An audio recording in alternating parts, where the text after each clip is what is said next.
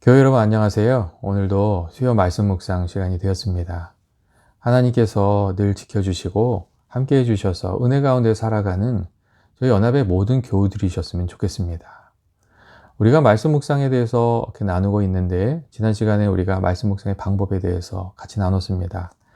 말씀을 반복해서 읽다 보면 우리 마음에 부딪히는 구절이나 단어가 있는데 그 구절이나 단어가 말씀을 묵상하는 실마리가 되고 그것을 붙들고 기도하면서 우리가 묵상하다 보면 이 하나님의 뜻을 더 깊이 깨닫게 된다는 것에 대해서 우리가 좀 같이 나누었습니다. 그리고 오늘은 말씀 묵상에 대한 세 번째 시간으로 이 적용에 대해서 함께 나누려고 합니다. 오늘 우리가 먼저 읽을 말씀은 이 적용에 대해서 말씀해 주고 있는 요한계시록 1장 3절 말씀입니다. 제가 읽어드리도록 하겠습니다. 이 말씀을 읽는 자와 듣는 자와 그 가운데 기록한 것을 지키는 자는 복이 있나니 때가 가까움이라. 아멘. 오늘 말씀을 보면 하나님의 말씀을 읽는 자와 듣는 자, 그리고 그 가운데 기록한 것을 지키는 자에게 복이 있다고 그렇게 말씀하고 있습니다. 특별히 그 기록된 것을 지키는 사람, 그 사람에게 복이 있다고 말씀하고 있습니다. 하나님께서 우리에게 주시는 말씀에 순종하는 사람, 그리고 묵상 중에 깨달은 말씀을 자신의 삶에 적용하면서 살아가는 이에게 복이 있다는 그런 말씀입니다. 때때로 이 말씀 묵상에 대한 강의를 하시는 분들 이야기를 들어보면 이 적용에 굉장히 강조점을 두시는 분들이 있습니다. 그분들은 말씀 묵상의 꽃이 적용이라고 이야기를 합니다. 왜냐하면 이 말씀을 우리들의 삶에 적용할 때 말씀의 능력이, 말씀의 열매가 나타나기 때문입니다. 아무리 좋은 약도 먹어야 그 약효가 나타나는 것처럼 우리가 깨달은 말씀도 우리들의 삶에 적용해야 그것이 능력이 된다는 그런 이야기입니다. 그렇다면 적용이라는 것은 어떤 것입니까? 먼저 적용은 말씀과 삶을 연결시켜 가는 겁니다. 적용이라는 우리가 말씀을 묵상하는 중에 깨달은 원리를 우리들의 믿음에, 인격에, 그리고 삶에 연결시키는 것입니다. 그리고 그 말씀으로 우리의 믿음과 인격과 그 삶을 바꾸는 겁니다. 말씀을 통해서 얻은 깨달음을 내 자신의 삶의 전 영역에 이렇게 연결시킬 때 또 의미 있는 말씀 묵상을 했다고 또 이야기할 수가 있습니다. 그리고 그러한 의미에서 이 적용은 우리들의 삶에 하나님의 말씀을 가지고 변화를 주는 것이라고도 말씀드릴 수 있습니다. 묵상 중에 내게 주신 말씀을 가지고 내 삶에 변화를 주는 것, 그것이 적용입니다. 때때로 집을 이렇게 청소하시고 페인트 칠을 하실 때 그렇게 하시잖아요. 더러진 벽에다가 페인트 칠을 하시죠. 그러면 더러웠던 벽이 어느 순간 아주 깨끗해집니다. 이 말씀 묵상도 비슷한 점이 있습니다. 우리의 부족한 부분에 하나님의 말씀을 자꾸 칠하는 겁니다. 우리 안에 있는 상처받은 부위에, 때 묻은 부위에, 감춰진 문제에 하나님 주신 말씀을 자꾸 이렇게 덧칠하는 것, 적용하는 것, 그게 말씀 묵상의 적용입니다. 그리고 또 하나님께서 주시는 말씀을 그렇게 자꾸 우리들의 삶에 적용하다 보면 우리 안에 있는 상처가 치유가 되고 또 회복이 되고 우리가 고치지 못했던 것들이 어느 순간 이렇게 고쳐지는 그런 은혜를 우리가 경험하게 됩니다. 말씀을 묵상하는 이들이 적용을 강조하는 이유는 이 성경이 이해의 책이 아니라 적용의 책이기 때문입니다.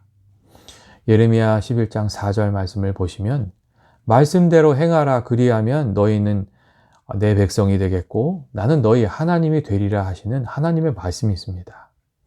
이 말씀 무슨 뜻이냐면 하나님께서 성경 말씀을 주셨는데 그것이 이해를 위해서가 아니라 하나님 나라의 백성으로 살아가게끔 하기 위해서 주셨다는 것입니다.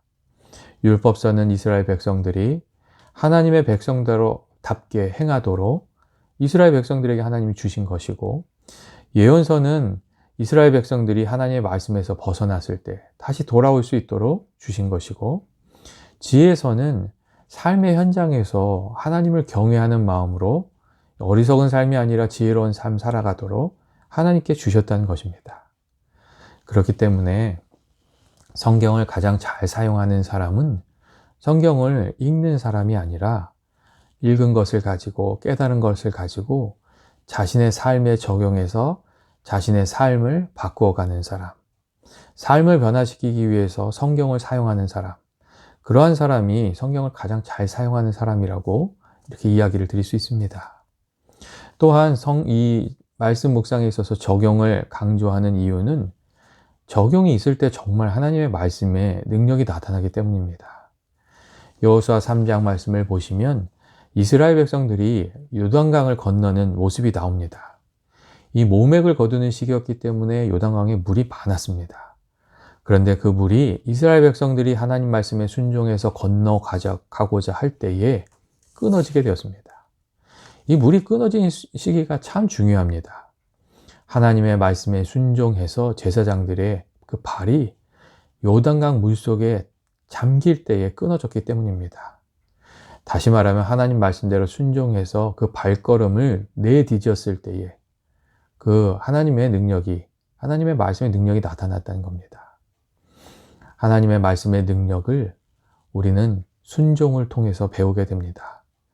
말씀대로 순종해 보면 하나님의 말씀이 참되고 또 진실하다는 것을 우리가 알게 됩니다. 문제는 우리가 순종해야 되는데 그 순종해야 되는 그 상황이 우리가 감당하기에 좀 어려운 때인 경우가 종종 있다는 겁니다.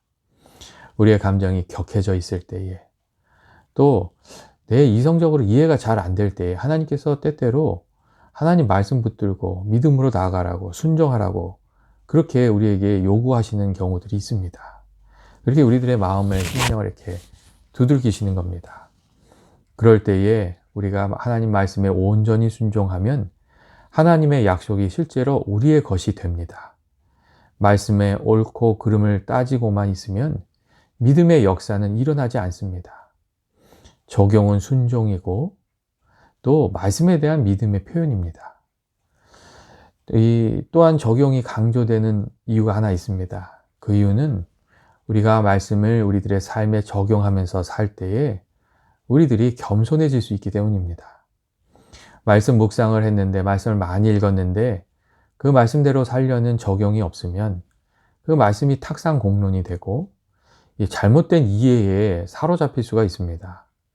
적용이 없는 묵상만 성경 공부만 많이 하다 보면 실제로는 믿음의 성장이 제자리 걸음인데 마치 성장하고 있는 것처럼 착각하기 쉽고 지식만 많아져서 이 다른 사람을 정죄하는 바리새인과 같은 삶을 살게 될 가능성이 점점 늘어나게 되는 겁니다.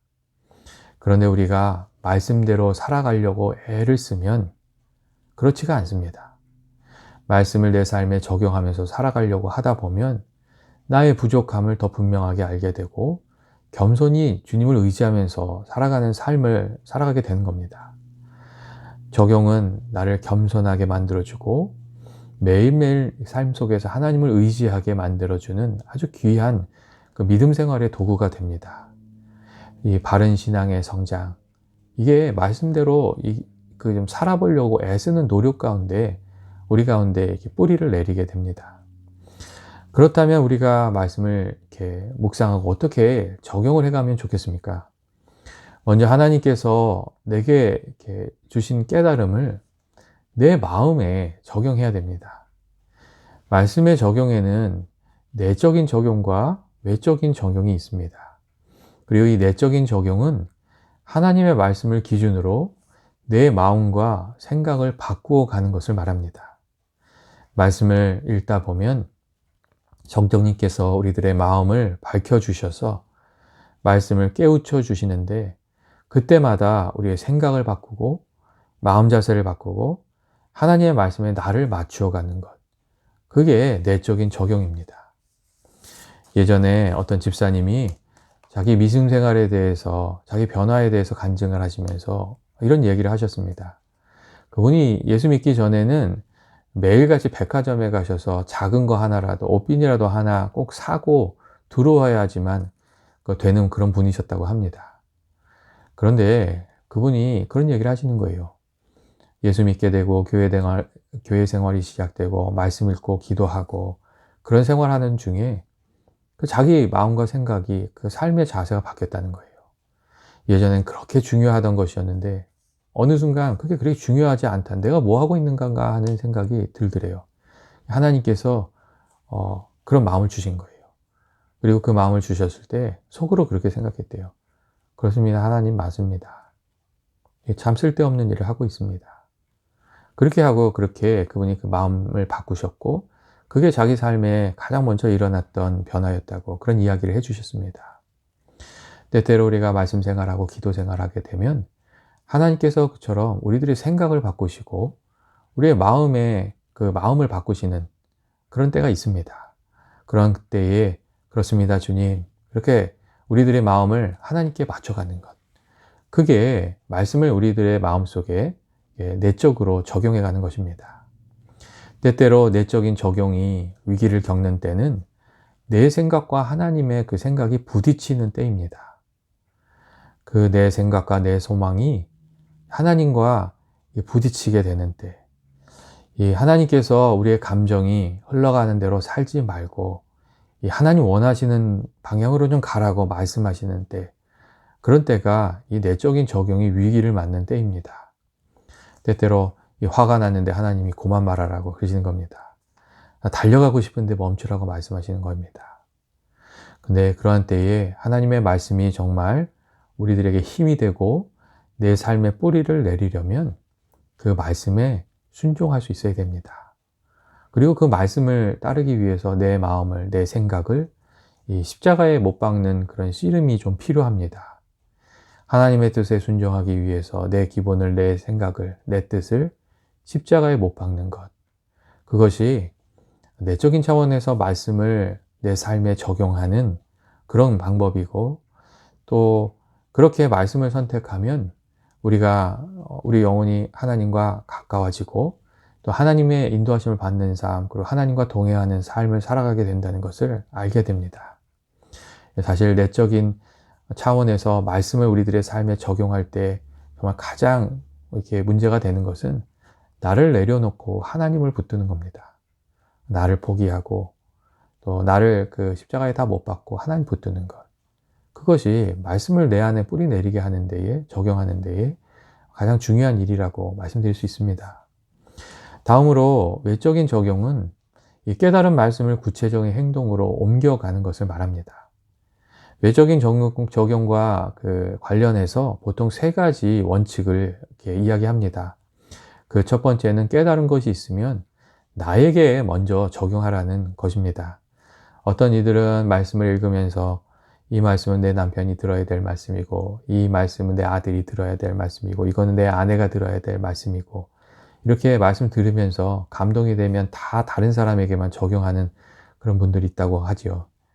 근데 그렇게 하면 하나님께서 내게 주시는 말씀을 들을 수 없는 문제가 있고, 또 그렇게 다른 사람에게만 적용하다 보면 말씀을 묵상하면서 내 삶이 변화되는 은혜도 경험하지 못하게 됩니다.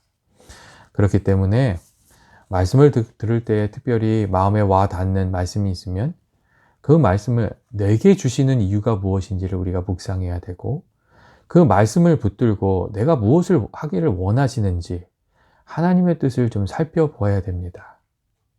그래야 말씀을 통해서 우리들의 삶이 변화되는, 믿음이 변화되는 그 은혜를 우리가 누리게 됩니다. 그리고 둘째로 깨달은 것이 있으면 구체적으로 적용을 하라는 그런 제안들도 있습니다. 구체적으로 적용한다는 것은 내가 어떤 일을 할 것인지, 누구를 위해서 할 것인지, 어떻게 할 것인지 좀 차근차근 좀 생각해 보는 것이 적용하는 데 도움이 된다는 것입니다.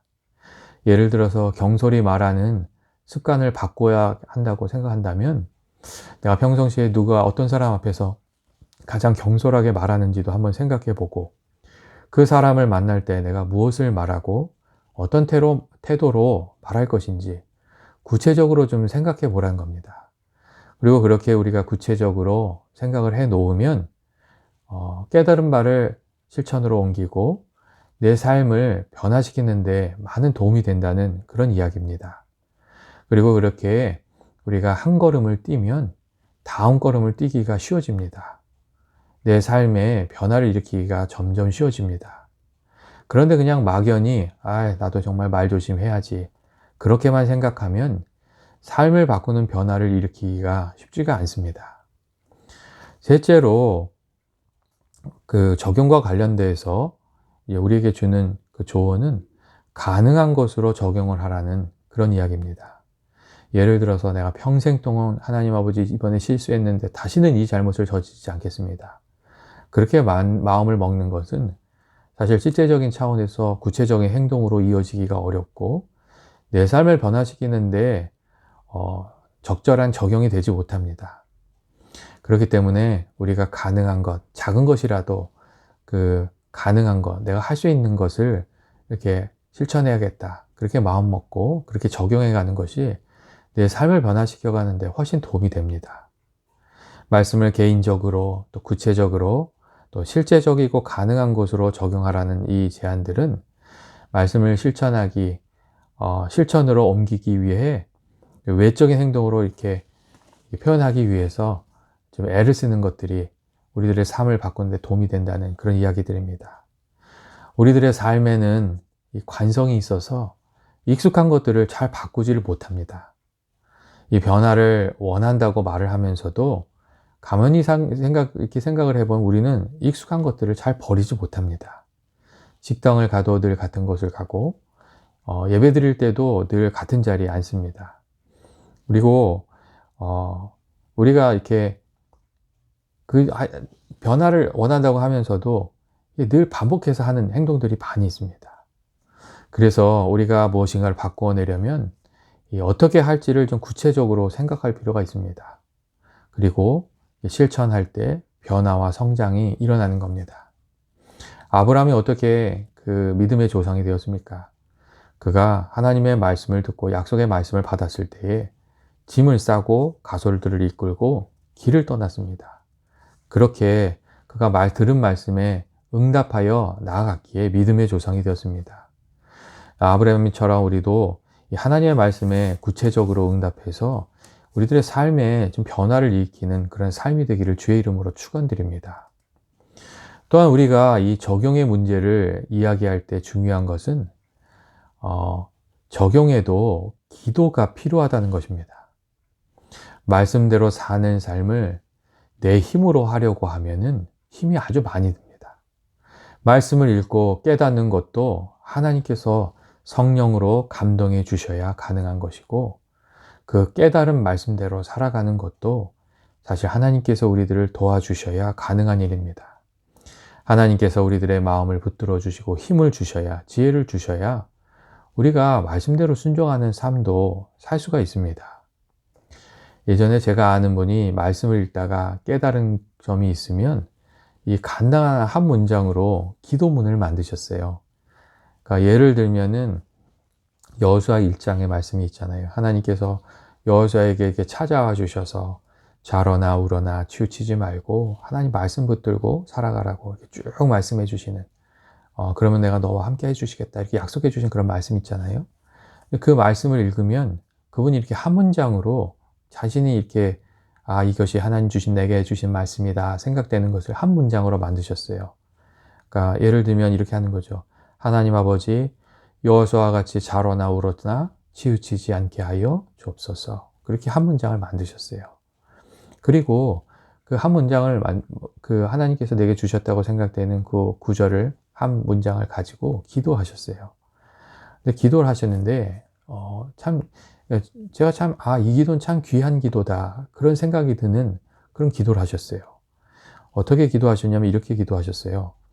하나님, 제가 오늘 하루 좌로나 우러나 치우치지 않게 해주십시오. 그리고 이 말씀이 필요한 상황이 될 때 이 말씀이 생각나게 해주시고 습관대로 살지 않고 말씀대로 살아갈 수 있도록 도와주십시오. 그렇게 기도를 이게 하신 거예요. 제가 그분이 자기 말씀 묵상하고 기도문을 만들고 기도하는 그 이야기를 들으면서 그 기도가 꼭 필요한 기도라고 이렇게 생각이 들었습니다. 꼭 필요할 때 하나님 말씀이 생각나게 해주시고 또 그 말씀대로 살 수 있도록 하나님 도와주십시오. 저는 그게 정말 귀한 기도라고 생각이 들었습니다. 여러분, 우리들도 비슷한 경험을 하게 되는 때가 종종 있지 않습니까? 우리가 말씀 읽을 때에 하나님께서 우리들에게 깨우침을 주시는데 그것을 잊어버리고 나중에 이렇게 오늘 하나님께서 그 말씀을 주셨는데 그렇게 무릎을 치는 경우가 가끔 있습니다. 하나님께서 알려주셨는데 하나님께서 깨우쳐 주셨는데 그거를 잊어버렸구나. 그 말씀대로 살지 못했구나. 그렇게 생각을 하게 되는 때가 있습니다. 우리가 하나님의 말씀을 깨닫는 것도 그리고 하나님의 말씀대로 그 말씀 우리들의 삶에 적용하는 것도 하나님께서 도와주셔야 하는 일들입니다. 그래서 우리가 정말 이게 하나님 말씀대로 살 수 있도록 기도를 좀 많이 해야 됩니다. 기도가 우리의 결단과 함께 늘 가야 하고 이 결단도 중요한데 기도가 더 깊어야 됩니다. 그래야만 우리가 그 결단을 이루어갈 수 있기 때문입니다. 종교개혁자들은 하나님을 늘 의지하며 살아가는 삶과 이 하나님께서 베풀어 주시는 전적인 은혜를 강조했습니다. 그 이유는 말씀을 주신 것도 은혜, 그리고 말씀을 깨우쳐 주신 것도 은혜, 그리고 말씀대로 살아가는 것도 하나님의 은혜가 있어야 된다는 것을 그들이 깊이 생각했기 때문입니다. 저는 저희 연합의 모든 교우들이 그 삶 속에서 말씀과 기도가 늘 함께 하기를 원합니다. 말씀을 읽으면서 기도하고 깨우쳐지지 않을 때 하나님 이 뜻이 무엇인가 또 기도하고 또 이 말씀대로 살아가는 것이 무엇입니까? 내가 무엇을 하기를 원하십니까? 기도하고 또 그 하나님 주신 말씀대로 살아갈 수 있도록 해달라고 기도하는 연합의 모든 교우들이 되셨으면 좋겠습니다. 말씀이 뿌려지는 것이 믿음이 생기기 위한 전제 조건이라면 실제적으로 믿음이 생기고 싹이 나고 열매를 맺는 데 꼭 필요한 것은 말씀에 순종하면서 사는 삶입니다.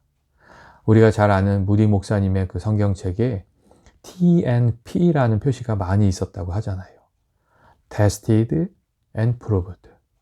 내가 그 말씀대로 한번 살아보았고 그 다음에 그 말씀이 확실하다는 것을 내가 체험했다. 그렇게 그 무디 목사님이 성경책에 남겨두었다는 그런 이야기잖아요. 말씀이 지식으로 있으면 아무 힘이 없지만 말씀을 가까이 하고 말씀대로 살아보면 그 말씀이 참되다는 것을 우리들이 더 깊이 깨닫고 확신하게 됩니다. 코로나 바이러스로 변화되고 있는 우리들의 삶이 이전보다 우리가 더 철저히 하나님의 말씀으로 무장되어 또 준비되어 있는 사람이 될 것을 요청하고 있습니다. 이 코로나 바이러스와 함께 우리 생명의 위기도 찾아오고 관계의 위기도 찾아오고 경제적인 위기도 찾아오고 또 사회적인 혼란도 찾아왔습니다. 그리고 앞으로에 대한 불확실한 전망도 우리에게 찾아왔습니다. 그리고 이런 모든 것들은 사실 우리들을 예민하게 만들기 부족함이 없고 우리의 마음을 불안하게 만들고 흔들기에 부족함이 없습니다. 이러한 때에 성도들에게 정말 필요한 것은 조용히 하나님께 나아가서 말씀을 읽으면서 또 주님의 음성을 듣고 주님께서 우리들의 마음에 주시는 그 힘을 힘입어서 우리들의 마음을 지키면서 살아가는 것이라고 그렇게 생각을 합니다. 저는 연합의 모든 교우들이 마음이 좀 답답하고 또 어려우실 때에 하나님 앞에 나아가서 막 이렇게 부르짖어서 기도도 하실 수 있고 그리고 매일같이 일어나셔서 하나님 말씀을 읽으면서 오늘 하루하루를 주님 인도해 달라고 그렇게 기도하면서 이 어려운 시기를 주님과 함께 잘 건너가시는 믿음의 인내로 잘 건너가시는 모든 교우들이 되시기를 주의 이름으로 축원드립니다. 우리가 말씀 붙들면 하나님께서 우리들을 붙들어 주실 겁니다. 우리들의 삶에 여러 가지 어려움이 있지만 우리가 간절히 기도하면 하나님께서 길을 열어주시리라고 믿습니다. 이 말씀을 믿고 이 믿음을 가지고 하루하루의 삶을 승리하며 살아가는 저와 여러분 되시기를 주의 이름으로 축원드립니다. 같이 기도하시겠습니다. 사랑과 은혜가 많으시고 우리를 사랑하신 하나님 아버지, 우리가 이 말씀의 사람이 되기를 원합니다.